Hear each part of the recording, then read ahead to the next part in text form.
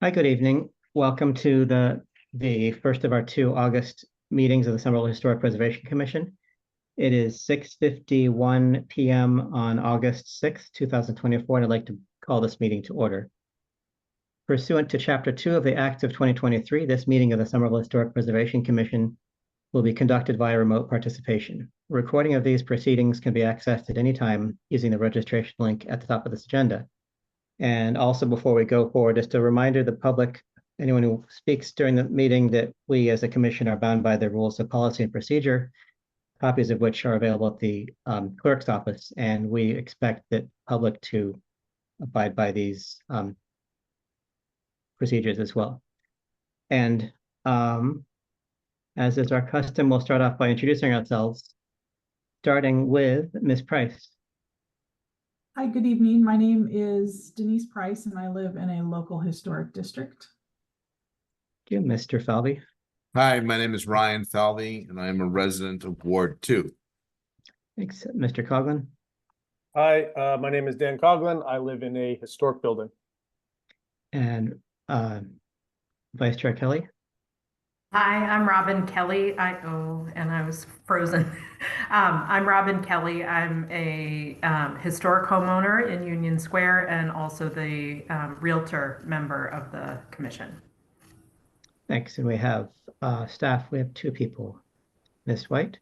Thank you, Mr. Chairman, through you. My name is Sarah White. I'm a senior planner in both zoning and preservation with the city of Somerville, and I have two colleagues with me, Madison Anthony and Steve Carey, if they would like to introduce themselves.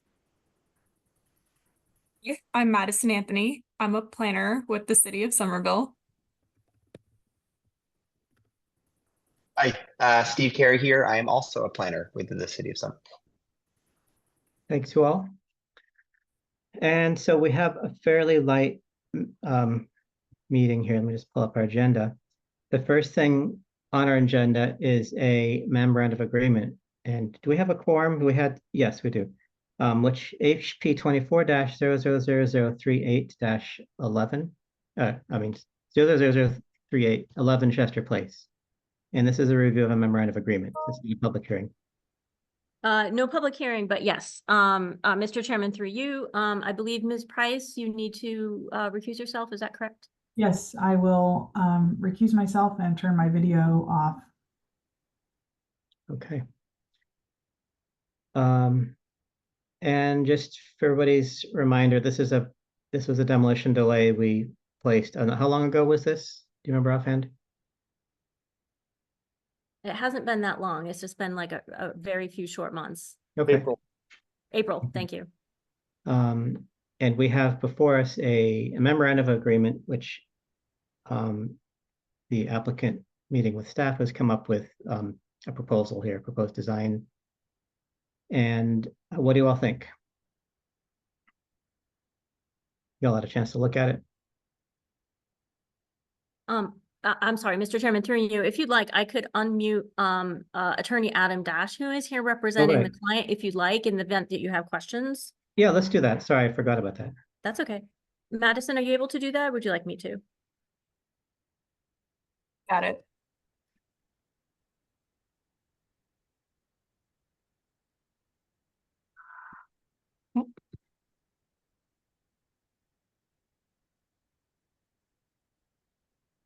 How's Great. that? All right. I think I hear you. Yes. All right, good. Welcome. Thank you, Mr. Chair, members of the commission, Attorney Adam Dash. Hong Ying Lee, my client, the owner of the property, is probably here along with her son, David Liu, and perhaps Nereus Bubnelis of Peter Quinn Architects, but perhaps that is overkill. But yeah, we were here last on April 16th, and you found 11 Chester Place structure preferably preserved and said you'd hope we could act quickly to get an MOA done and not use the whole 18 months. And working with Sarah, we have actually done that and come to terms on the MOA you have in front of you tonight. So any questions or comments? It seems to be a fairly standard form MOA, but we have made changes to the project based on staff recommendations.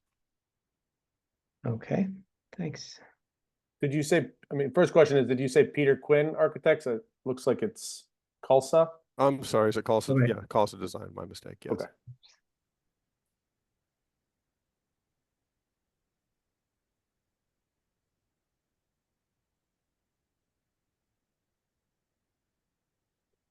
Sorry, could you repeat the name of the architect? Nereus Bubnelis, if he's here. And Hung Great. Ying Lee is the owner and David Liu is her son. All right, everyone should be able to speak now. Not that they need to, but just saying they're here. Yeah, I don't, I'm looking at your proposal. It's this triple decker basically with a bay and a porch. Exactly so. I assume it's 3 units, but that's not really within our purview. Yeah, who has any thoughts on that, or does anyone need a moment to look it over?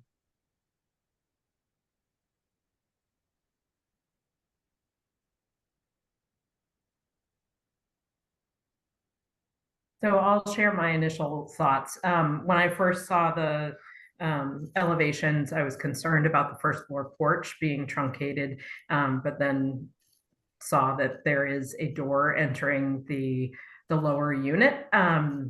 You know, the building presents as a triple decker, but the interior usage is very unconventional, with one unit occupying the first, second, and third floors, and then having the lower level as a second unit.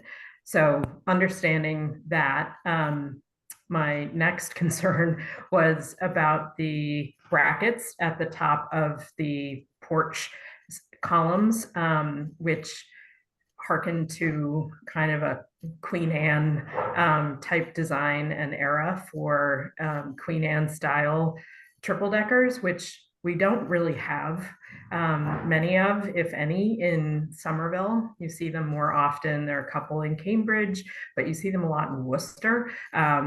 But so it strikes me as unusual that they are there, and particularly where this overall structure has a box bay rather than you know, a 3-window bay or a 4-window bay that would be more in keeping with something that was attempting to be kind of Queen Anne-ish. So anyway, whether other members share that concern, it just looks like unnecessary cute for cute sake, and it doesn't have anything to do with what might have been. Thank you.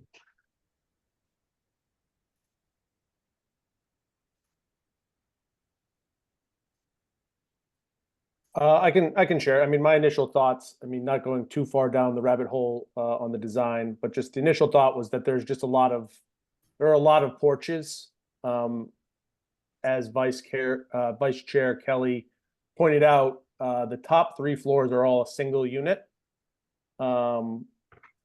And so if I'm counting right, there is 1, 2, 3, there's a roof deck, and then there is a back deck. So that's 5 decks total for a single unit. And it just feels, you know, it feels like they're just kind of added on there on the front. They're kind of protruding past the bay. They're on the left. The stair is sticking kind of way out, like almost all the way to the sidewalk. I'm just wondering if that was pulled back in, if it would feel slightly less imposing, and if you would still have plenty of outdoor space, including on the back and on the roof. So that was my initial thought. Like, why are there so many decks, considering it's just a single family or a single unit? Oh, it's a 2-family. It's Adam Dash, by the way. It's a 2-family. Yeah, but one's in the basement. True. Nereus, are you on? I think Yes. the arch- Yes, I'm here. Hello. You want to talk about these design choices? Because I know originally we had a very modern looking design, and working with staff, we've made it more traditional. So, but Nereus can talk to the detail. Yes, so we chose the triple decker design like look for this particular and the sizes of those front porches are basically sort of dictated by zoning ordinance, the minimum dimensions that they have to be, and that's why they are protruding that much. I think it's 6 feet minimum. That's why we have them at that size in the front, and back in the roof deck, it's you know, mostly choice by the owner of the main unit. that's what they want for their use. Mr. Chairman, through you, could I ask a follow-up question in light of Mr. Coghlan's comment about the front porches, the decks? Sure. Yep. So how deep are those front porches, Nereus, again? 6 feet? I can look for exact dimensions, but I believe it's approximately minimum 6 feet, I think, to get the furniture area. Right. And is that what they are? Or They are they deeper are, than that? yeah, they are 6 foot 8 inches just to fit the columns and fit the furniture area. Yeah. So then to further that point, basically the completely squared off bay that's immediately to the right of those front decks. Correct. If that were pulled forward, does that violate your 48? Does that violate your main massing length, or is that just seen as an additional bay and then meets the criteria for a bay? You see what I'm saying? Because like Mr. Yeah. Coghlan's issue is that in part is that those decks stick out beyond the bay. Yeah, could they align somehow and Yeah. feel less like they're tacked on? The bay is 3 feet, which is additional on top of the allowed length of the building. Correct. So the maxed out length plus the 3 feet additional bay. Right. So the question then is how can you adjust the front of the design is what Mr. Coghlan is asking, such that it doesn't look like you have a portion of the building sticking out in front of the other one, the porches in particular.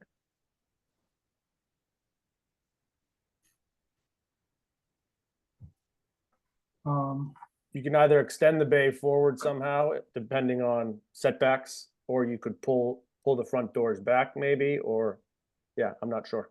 Yeah, the only option would be pull it back, shorten the building. The bay cannot project, I think, more than 3 feet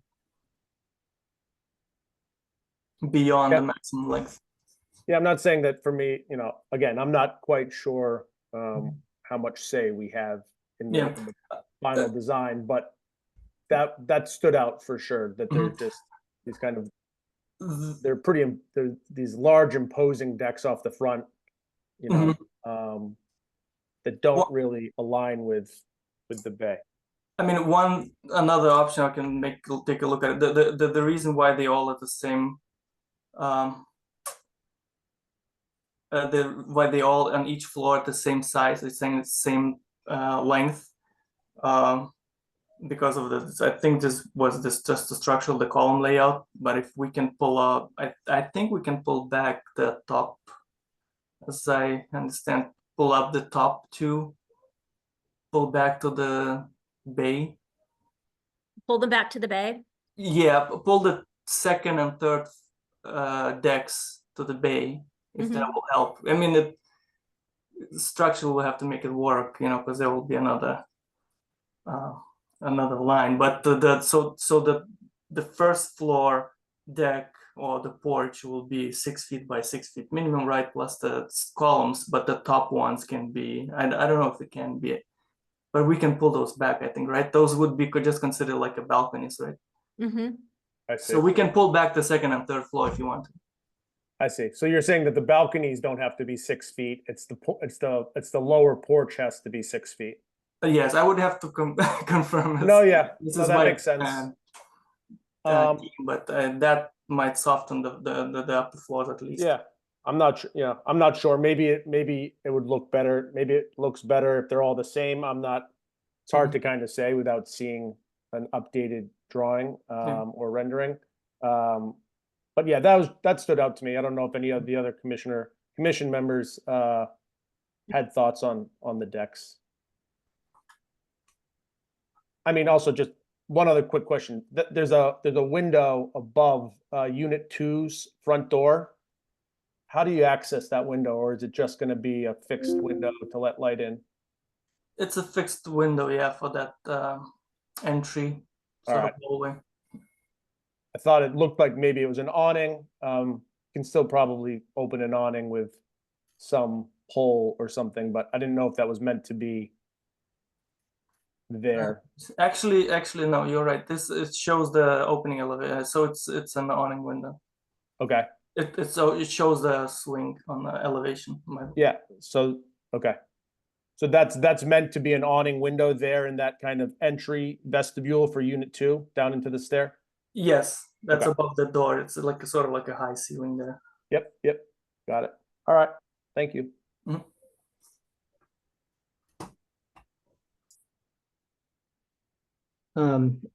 I would agree about the brackets. I think those are out of place. The classic triple decker would not have that sort of thing. They were more utilitarian. You'd have skinnier poles and posts.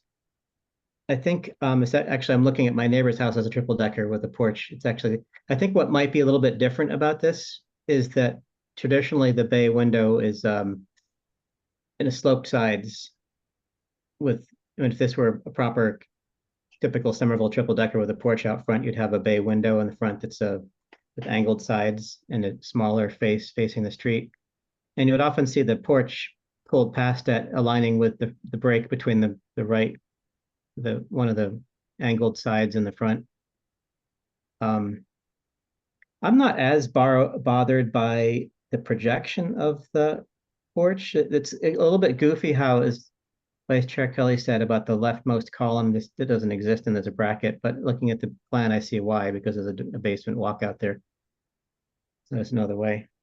So I don't know, we could see what people think about that. I would definitely nix the brackets. I could live with the porch pushed out the way it is.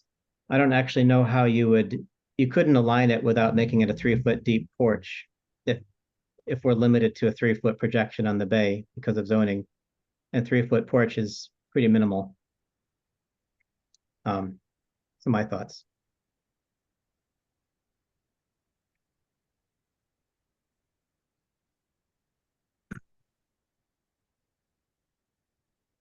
I really don't have anything to add, although I do agree with the observation about the brackets.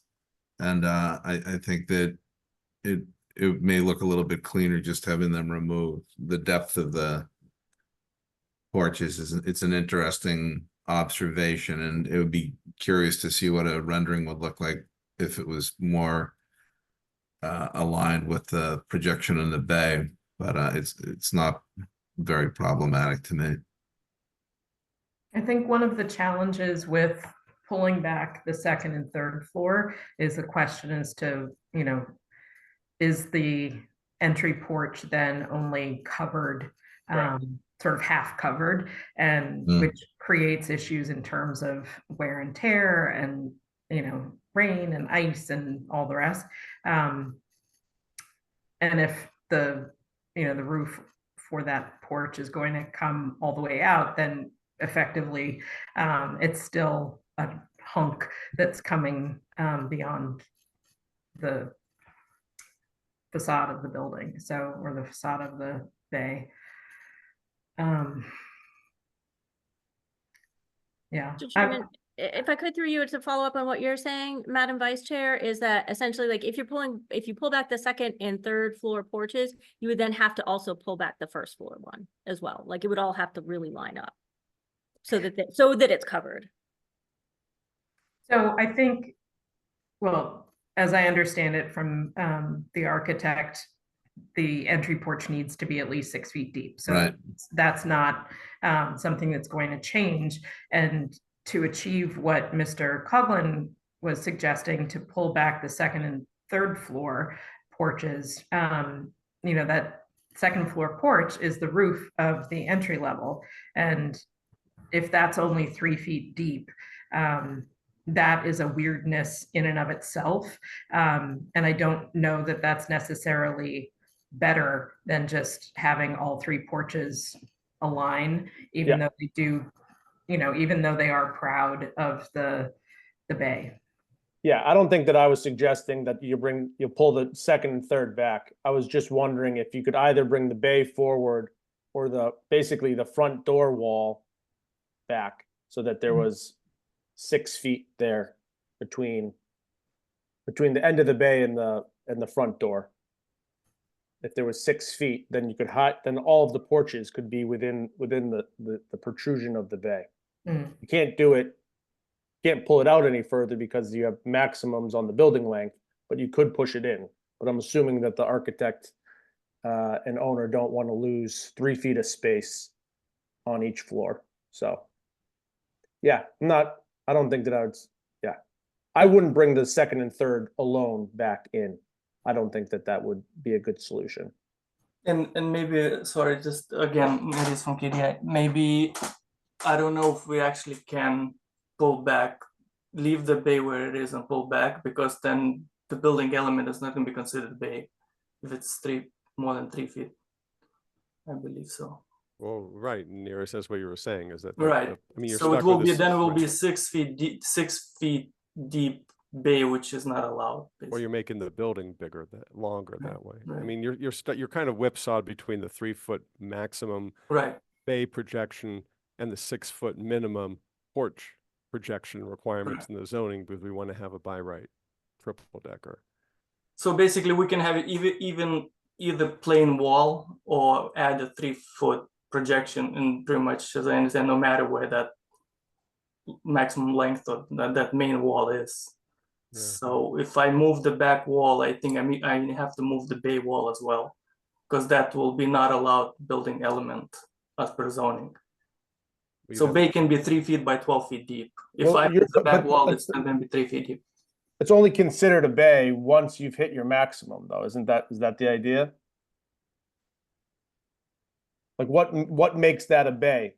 I mean, An assembly of windows projecting from a Ye- building to provide additional habitable Yeah, space. yeah, but bay it's can not, be but it's 3 not by- like it has a foundation under it, so it's not like a true bay where it's not sticking Right. off the building, right?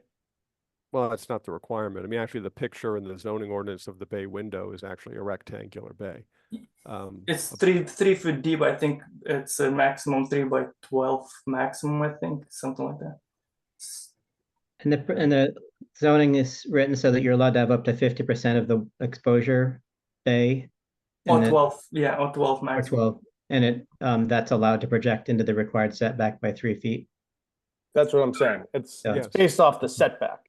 Yeah, You're allowed in the setback, but if you brought the whole building back, you'd be able to have a 6-foot I see. arm there. I'm not sure. Maybe we can confirm with the Miss White and I think it's building element would be different. Yeah, I think I stay away from interpreting those things because ISD has to do that. So we'd have to have a conversation with ISD. Thank you. Yeah, I mean, I guess at the end of the day, I'm not trying to belabor the point. At the end of the day, it was just something I noticed. I think we've talked through it. I don't think that it's necessary to go back and change anything unless anybody had strong opinions about it. I'm satisfied with kind of what we talked through.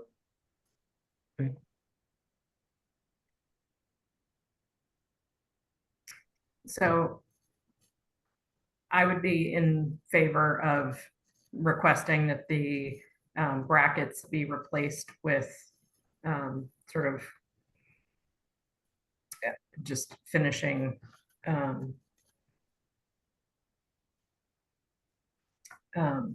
molding, like a very simple column in the way that triple deckers tend to be in Somerville.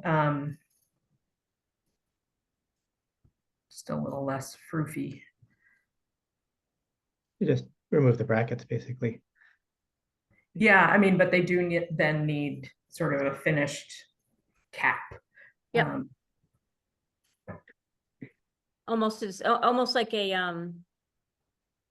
like the type of molding, not quite OG, because you need it a little bit wide. Yeah, I mean, you need that profile, but something wider than that, almost like a maybe 6-inch deep sort of molding cap on the top. Yep.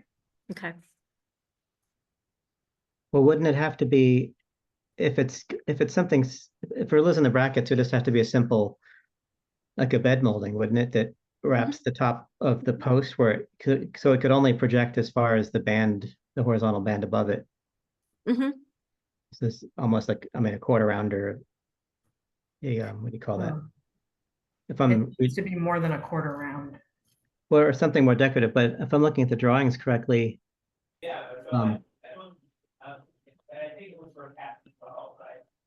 someone saying something? No, I think it's just background noise Oh. from somewhere. I mean, it could, but if you had something that wrapped the post cap there, like a post capital of some sort. We have what looks like about a 3/4 inch reveal between the face of the post facing the street and the architrave or the band, the skirt of the porch. So anything that's thicker than that would extend past the horizontal. Unless the columns were brought in to accommodate, which is the way that triple decker porches are built. Yeah, These are essentially putting the posts as far out on the surface of the decking as possible. But if they were just scooched a couple inches.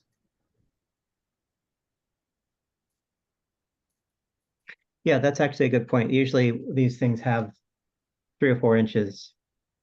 So that with the projection, the 1 inch projection of the decking, it actually goes around it. Yeah. Okay.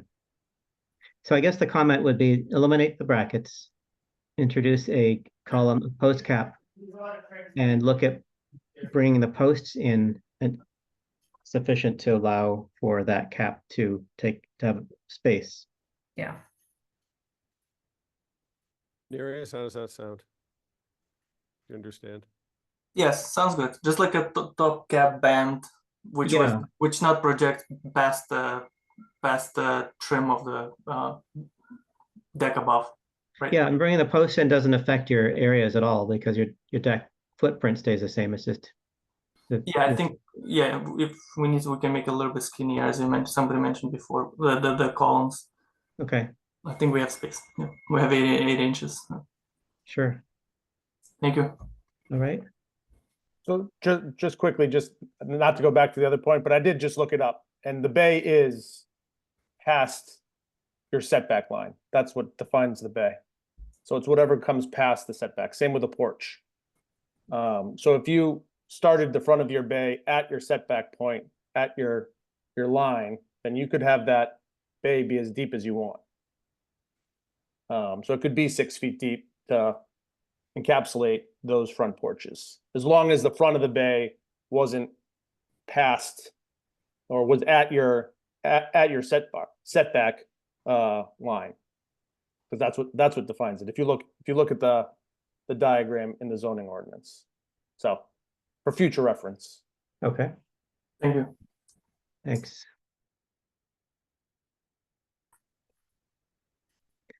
So I would move that we vote to approve the memorandum of agreement with the changes that we have just discussed, which include removal of the brackets on the porches to be replaced with proper cap molding that is not to protrude beyond the front plane of the porch trim. Above.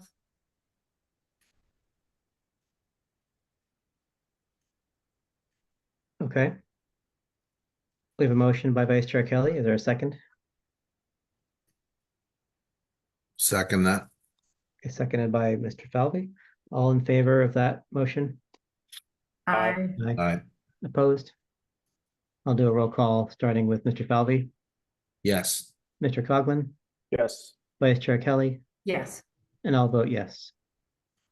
And I would just note that on the signature sections, Eric Park's name is misspelled. And Correct. I don't know that those are the correct names to be. Yeah, that's correct, Vice Chair Kelly. That's a cut and paste from a different Right, okay. project. This is just a draft. Yeah. Yep. The and was that a vote to just eliminate the brackets, or was that a vote to approve the MOA with that bracket elimination added to it? That was a vote to approve the MOA with that modification. Great. Yep. Just clarifying. Um, Mr. Chairman, if I could, to follow up on that, Nereus, I will need you to make those changes and upload them to CitizenServe to your file, before I can release, a signed MOA for you all to go and sign and record. Cause I'll need you. Yes, Okay. no problem. Thank you. Thank you. Will do. I'm sorry, Mr. Chairman, did you end up taking the roll call vote or did questions interrupt? You No, did, we okay, took the good. roll call. Yep. Yeah, that's everything. We're not discussing color, but I would certainly challenge people to eliminate their fear of color in new projects like this. We have enough gray buildings, but Mhm. that's up to you. Thanks for coming tonight, guys. Thank you. Thank you. Thank you. Have a good night. All right, so that was that. The next, if I can grab my agenda back here. The next thing in our hearing is HP 24-000059. Address is 80 Curtis Street. The applicant is Anthony Saratakis. The owner is Anthony Saratakis, and the proposal is to demolish a building that was constructed a minimum of 75 years ago. And just a reminder for anyone who's here, this is a determination of significance under our demolition delay ordinance. And for those who haven't been through this, this is a two-part process. The first part, which is tonight, we vote to review the project that's proposed, and we're only looking at the significance of the structure that is there. We're not considering anything that might replace it. We're not considering factors, macro factors about why one may or may not destroy a building in general. So it's just looking at that building and saying, is it significant? Is it not? If we vote no, then that's that. If we vote yes, then we hold another public hearing. And that's what we call the preferably preserved process, where we review the building and decide, okay, given that it's significant, is it better that we preserve it? Is there enough integrity? Is there enough value there to be kept? Is it too far gone? And all sorts of other factors can come into play. So that is the synopsis. And so I already introduced the project. Is the applicant here tonight? Yes, Mr. Chairman, it's Anthony Saratakis. He is here. He has been unmuted.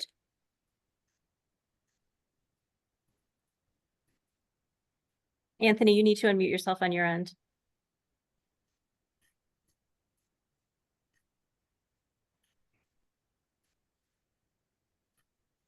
It looks like he's unmuted. He's just having trouble with his audio.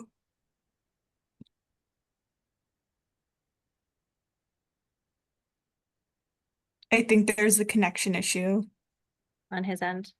Yes. Okay. How about now? Yes, Oh, hear you. there you go. Can you hear me now? Yes. Yep. Yes. Okay, all right, great, thanks. All right, Welcome. So just give Thank a synopsis of what you're up to, or just anything you want to talk about before we consider your case. well, I'm looking to create additional housing there. I mean, at least 2 multifamilies. Sorry, I'm going to interrupt right now. Just, Mr. Chairman, through you. We don't talk about what's going to go there now. This is only a determination of historic significance of the building itself. They cannot consider what's going there in the future at this point. I haven't finalized anything anyway. I'm still in the beginning process. Yep, we still can't consider that, just about the historic significance of the building. Okay. So what would you like to tell us about the historic significance of the building? Are you asking me or? Mm-hmm. The historic, I don't know much about it except for what I read in your the summary that study that you did. That's all I know about it. Okay.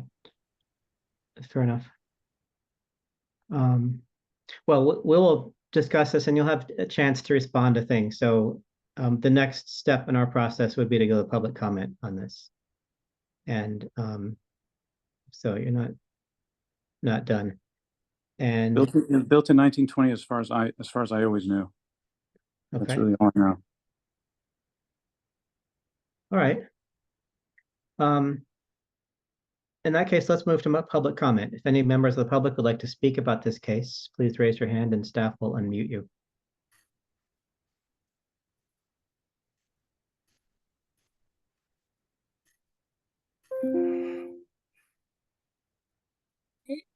I am going to allow Roland Price to speak, and let me share my screen real quick to get the timer.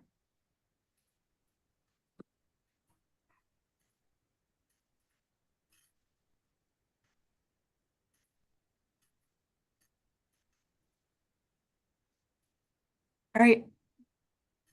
Ready whenever you are.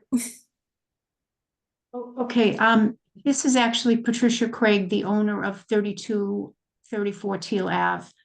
I had a hard time logging in, very hard time, and my partner helped me. That's why it's under Roland Price. My concern is that the entire neighborhood is still original structures. Everything in this neighborhood and all of the abutters are original structures, the original historic structures. All of the other folks who have developed properties have remained in the original, under the original. The outside of the house stays the same. They do whatever they want underneath, behind. And my concern is that this is a total demolishment in a neighborhood that is completely original structures. We were all built in the 1920s. So from a historic perspective, I think it would be jarring to have new development alongside all of these houses that were built in the 20s. Thank you. Thank you.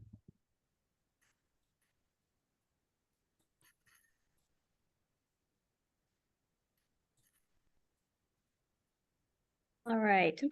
You know what, Madison, why don't I help out with this because it's just a lot to have you do like the timer and reset and all that other stuff. The next one is Mary DeAurora.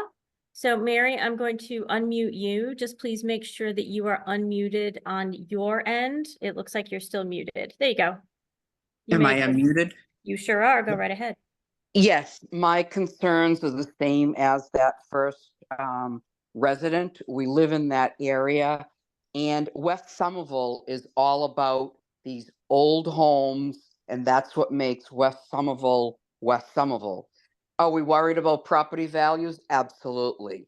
You bring in a cookie cutter type, building, and it will ruin the values of everyone around there. I agree with that first caller completely, and that's our concern.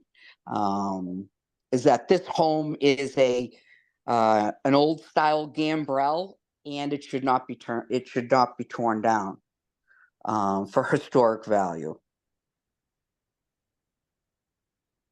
And I think everybody should be concerned in that area. And that's basically it in a nutshell. All right, thank you. Okay, anybody else with a comment to make on this demolition? Would you please raise your hand? We have Michael DeLulio. Where did you go? Michael, you've been unmuted. If you would like to unmute on your end, that would be great.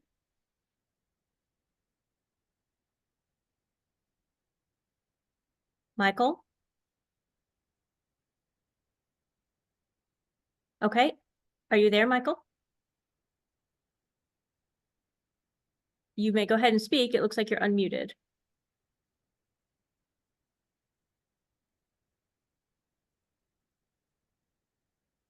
All right, why don't we pause, Michael, if you can work out whatever might be going on with your audio.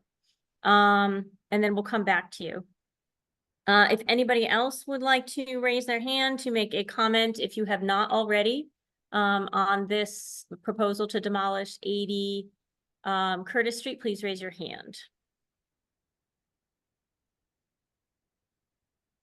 All right, I see no one else. I will go back to Michael DeLulio again. Michael, if you would like to make a comment, please unmute yourself and try again. Maybe a couple seconds. Mr. Chairman, it looks like that is it. I I don't think we have Mr. DeLulio for a comment. So if you would like to go and close the public comment portion of the hearing, you may do so. Okay, I'll close the public comment portion of the hearing, and I should also note, I think we received 2 letters. Public comment, I'm not sure if they were from the person who wanted to speak tonight or not, but we, just to let you know, we did get 2, I think there are 2 letters, is that right? That's correct. They are from one of the individuals spoke this evening, and then another individual was not on the list tonight. Okay. Both of which were expressing concerns with the, or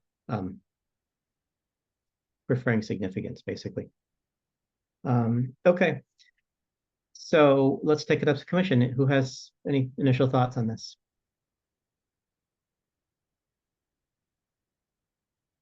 I will share that this structure is clearly historic and retains components that identify it very easily as being a historic property.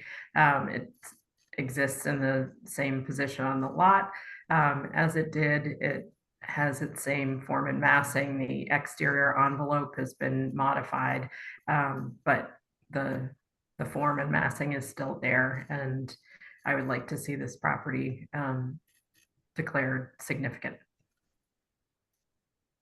Thank you.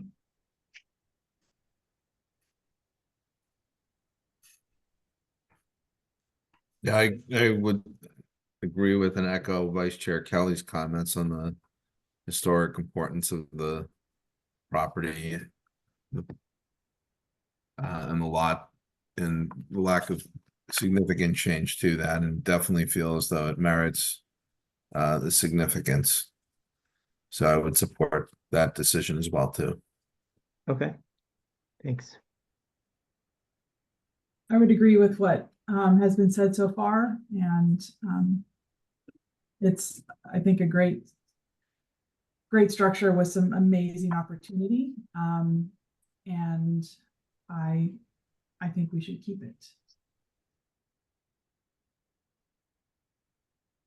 Thank you.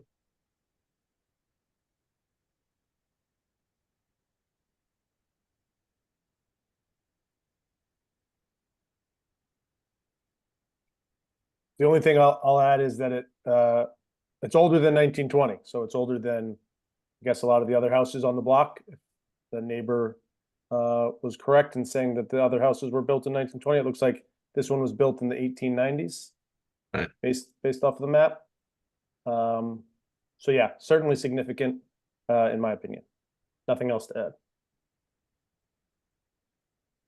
Thanks, and I would add to that too. I agree with all that. It's this little low-slung gambrel roof house. It's actually, I can't say it's truly unique because I don't know if there's any others in the city, but it's very unusual. It's very low scale, and it has its mass and all that. So I would vote for significance as well. And sounds like we're probably ready for a motion, unless there's anything anybody else wants to bring up. I move that we vote to find the property historically significant. I second that. Okay, motion by Vice Chair Kelly, seconded by Ms. Price. All in favor? Aye. Aye. Opposed? We'll do a roll call, starting with Mr. Falvey, Yes. Mr. Coughlin, Yes. Vice Chair Kelly, Yes. Ms. Price, Yes. and I'll vote yes as well. And we need to adopt findings. And I would think that those findings could make a reference to the design of the structure. It's unique, presence of integrity. It's it's a distinct kind of building form within the city, in the context of the city. I would say, I don't know if it matters, but as one of the callers mentioned that there's a continuity in the age of buildings. I don't think the age in itself is such a factor rather than the design. But in this case, it's actually what makes it special is that it's really one of a kind. Am I missing anything? Does anybody else want to add anything? No. I move that we vote to adopt those findings. Okay. A motion by Vice Chair Kelly. Do I have a second? I second that. Seconded by Ms. Price. All in favor? Aye. Aye. Opposed? And we'll do the roll call again with Mr. Falvey, Yes. Mr. Coughlin, Yes. Vice Chair Kelly, Yes. Ms. Price, Yes. and I'll vote yes. So there you have it. We'll come back again to the next hearing for the next step, which would lead preferably reserved hearing.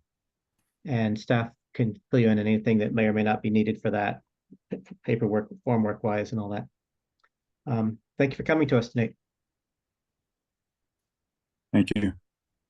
And going back to our agenda, I think those are all the cases, and then we have other business. And pull back the agenda. We have a sort of a place total for Summer Nova. And just a refresher, I think that was to do with the confluence of properties that are proposed to have zoning changes in the old American Tube Works that are also being contemplated as part of have been considered for a historic district for years now, but that's actually kind of more in the works. So it was a question of whether we want to prepare and submit any sort of correspondence to the planning board, which I believe, when is the end of the window for public comment? I believe it's August 30th, if I'm not mistaken. But Mr. Carey, could you confirm that, please?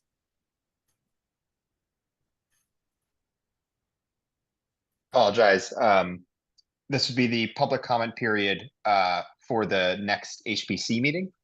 No, regarding the proposal by for Summer Nova. The public comment period for Summer Nova for accepting written testimony ends on August 30th at noon. Okay.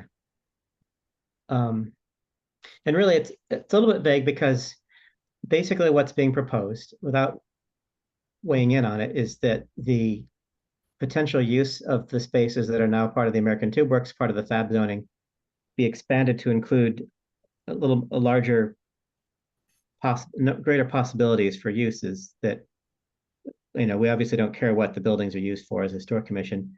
It also allows for a much larger height. I think it was 9 stories, if I'm remembering correctly. So that, I guess the question is, is there any concern that we're making replacement of these buildings more attractive and thus affecting preserved a future historic district? Or maybe those two things are completely independent and it doesn't matter because it's not like one precludes the other necessarily. Anyway, Gil? Even with the zoning change, if they wanted to demolish more than 50% of the building, they would still need to come before historic, correct? Yes. Correct. And even if we did make that a historic district, they could still come and say, we want to demolish this and just wait out the 18 months. No. No. No, Mr. Chairman, through you, if something is in a local historic district, the demolition review ordinance does not apply. So if something is in a local historic district, an owner would need to come to you with an application to alter the historic district by demolishing the building. So a demolition in an LHD is considered an alteration, and the HPC could deny that request. Okay. Approve that request. You could amend the request. You could, yeah. Or we could allow some sort of adaptive reuse if it were respectful enough of the property that leaves the building intact but goes up. Correct. Sure. Options. Correct. For example, through you, Mr. Chair, like you could engage in, you know, facadism, right? Where the, you know, facades of these buildings were kept, the interior was scooped out, a new frame constructed in the interior, and then allow the building to grow up above it. So they're still achieving their height, but maintaining the more human scale of the existing structures, as well as retaining that sort of sense of place that you see at that more ground level human scale. So those are some things that you know could be done if it became a district as well. And thank you. I think I could sort of approach this two ways. One is that it could get rezoned however one wants. If it became a district in the future, that would sort of dictate what could or couldn't happen formally with the property from the outside. And it wouldn't matter if it was zoned for 160 stores or whatever. So it's sort of, it's academic in a way. I'm just kind of, when I first thought, I thought, well, in theory, this is going to put more development pressure because it suddenly, if the building can only be used for fab uses, to something that'll be much more likely to have someone want to do something with it. But maybe those two conversations are separate and it doesn't matter. And we don't really want to submit any kind of comment as a commission regarding this. I don't know. Okay. I'm on the fence there. What do y'all think about that? What would the purpose of the the submission be? Well, I guess it would just be if it were something that the planning board or other boards, subcommittees, that we wanted them to consider in this. But And- again, as the historic commission, we don't have say over use. Right, right. But if I could, Madam Vice Chair and Mr. Chairman, through you, correct, you don't have any say over use. So I think that if you were to write a letter, what you would be doing is you would be writing a comment about, maybe maybe your comment is about, concerns about loss of historic fabric and suggestions for retaining that, or what you would like to see in general. I mean, people make all sorts of comments during public comment, relevant and not relevant. So you don't have to get into the use, but you can get into the intended look and suggestions for what should be retained, how they should change, things like that, adaptive reuse, that type of thing. That's certainly acceptable. And would that be written into zoning? Not necessarily. Basically, your comments would be another voice, just like, the any of the other, like the licensing commission, let's say they wanted to make a comment about something, they're certainly free to. The planning board could make a comment to the HPC about a project that's going on as a board. So all that it is just another comment from the public, in the sense that you are happen to be a public body and you have the right to make a comment on something. I just feel like it would be a better use of our time to simply start working to designate the buildings that we think should be designated. I don't know. Can you just repeat then the two options? One option is, do we want to move forward with making the Two Works a historic district? Is that one option?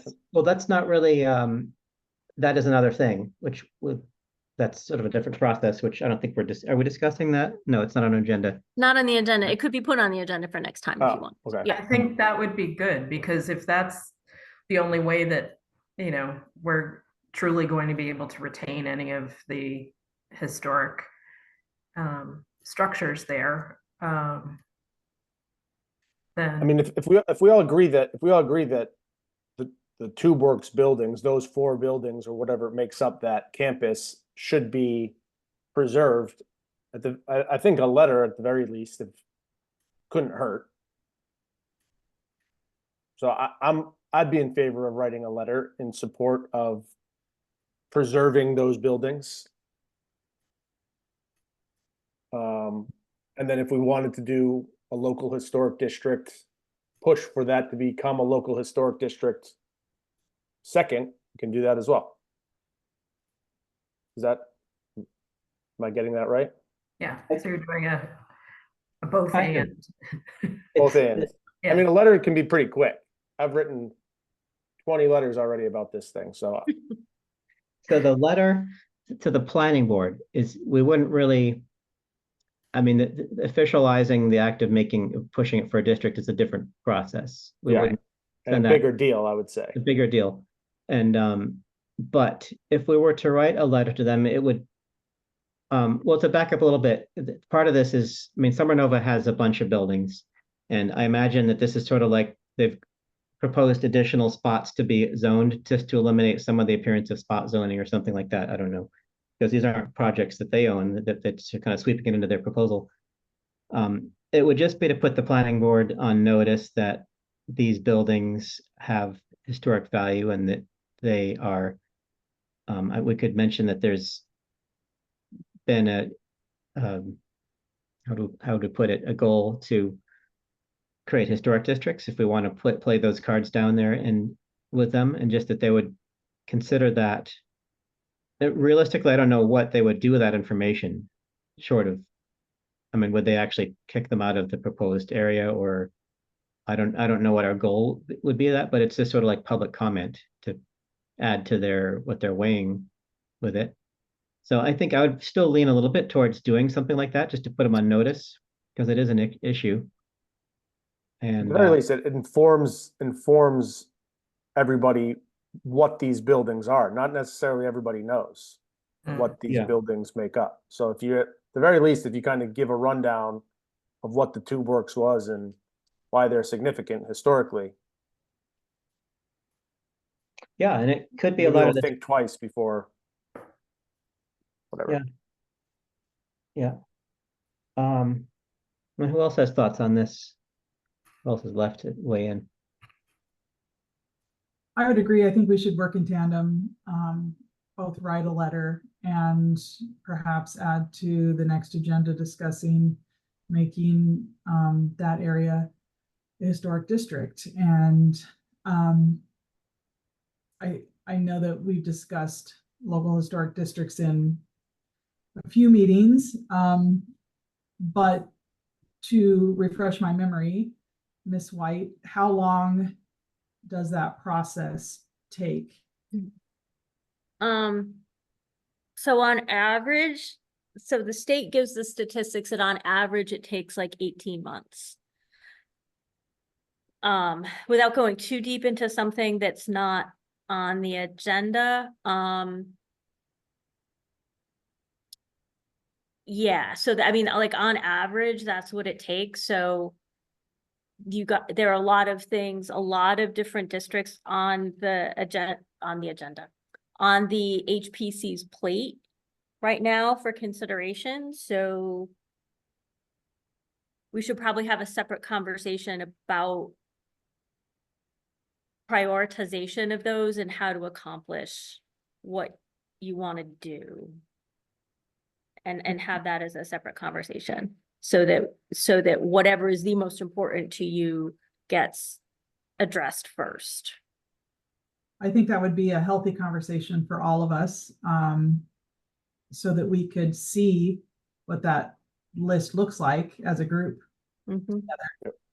And perhaps prioritize in a way that saves some of these Saves what? Sorry, you broke up.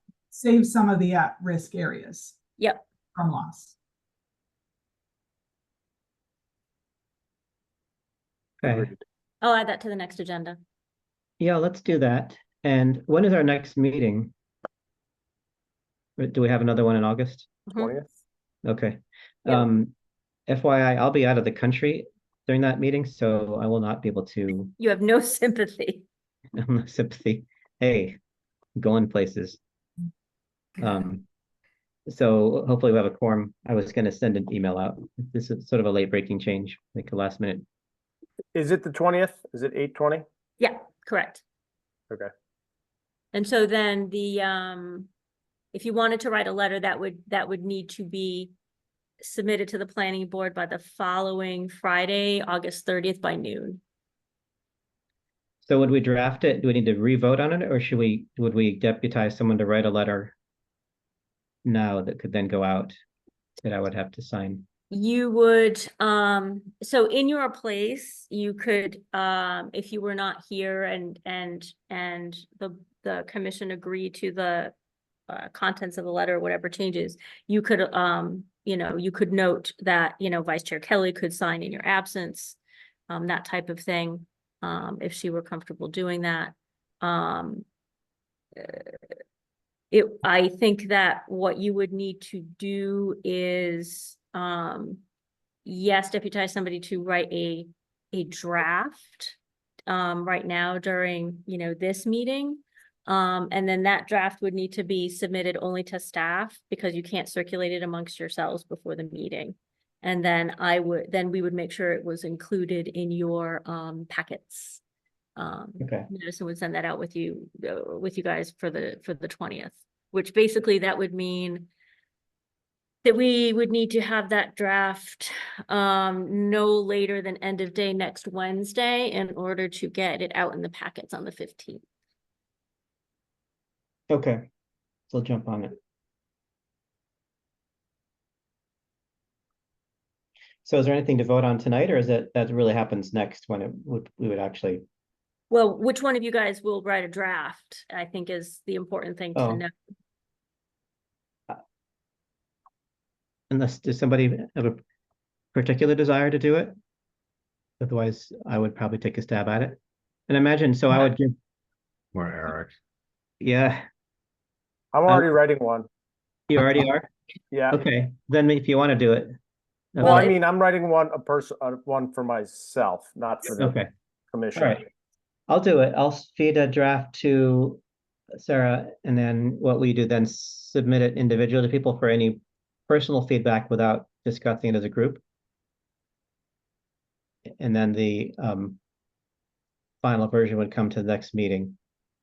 A draft would definitely go to the next meeting. I would probably, more than likely, I would just circulate what you provide to me, because we can't. Staff's position on this is very much like a wall here, because like we have our own work to do on this proposal from like a planning staff standpoint. So probably whatever draft you give me, I would send out in the packets. And then any changes to that, you all would discuss at the next meeting. And then we would, sort of like live make those changes for a final version. Okay. And just to reiterate, the letter, I think, will just bring up the historic interest of these properties, and it won't, I don't know that we'd really want to say we recommend a particular course of action. It was just more to give them information that they may or not have. I think that's probably the best way to go about it. I agree with that, yeah. Okay. All right, we'll proceed that way then.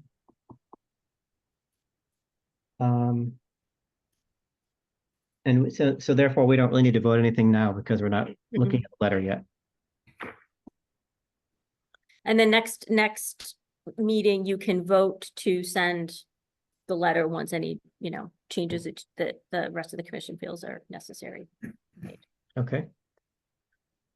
All right, next order of business is the minutes, July 16th minutes.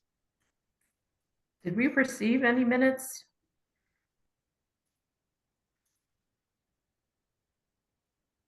They should have been in your packet. In the emails and attachment. No.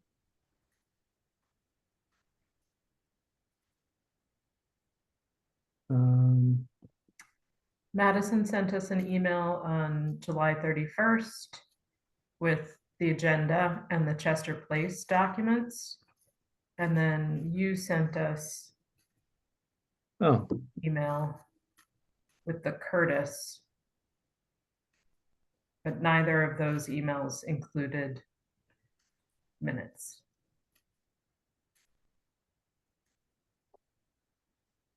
Can we put those on the next agenda? Yeah, I don't see them in any of the emails unless we missed something. Okay.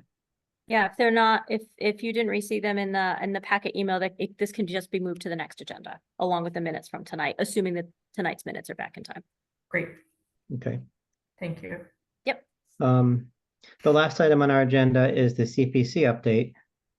And probably the biggest thing, we're still at this process of collecting applications and things like that. But there is a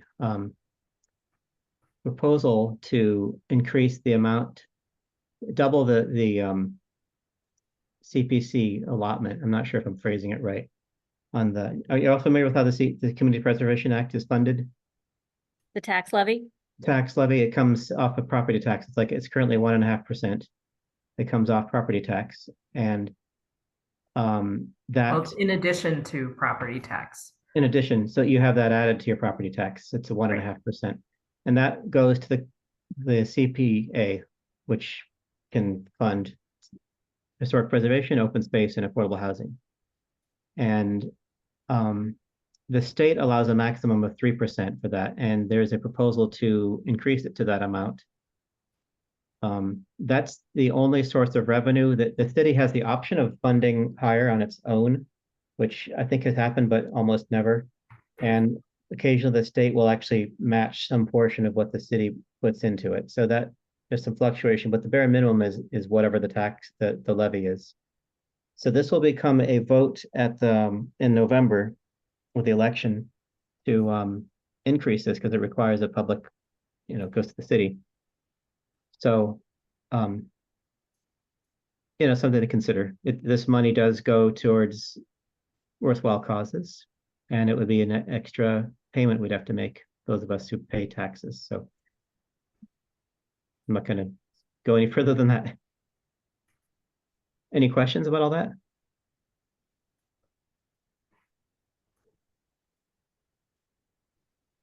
No, if there's nothing else, I move that we vote to adjourn. Okay. I second that. Motion to adjourn by Vice Chair Kelly, seconded by Ms. Price. All in favor? Aye. Aye. Opposed? And we'll do the roll call. I can get my screen back again. Mr. Falvey, Yes. Mr. Coughlin, Yes. Vice Chair Kelly, Yes. Ms. Price, Yes. and I'll vote yes. All right, folks. Thank you all for coming. I'll see you at some point in early August, I guess. And I'll send you a draft. Apparently not. We're in early August and you're away I'm in next time. September, early September. Yeah. Oops. Have a good trip, Eric. Yeah, enjoy Yeah, thanks. yourself. We're going to go to Switzerland. Oh, wow, Lovely. great. Never been there, and it's like it was a last minute opportunity. It's expensive, so we'll leave it at that. Yes, I know. Exactly. Have a great Well, time. yeah, have a great time. Thanks. All Thanks, right. everyone. You all. Bye. Good night, Bye-bye. everybody.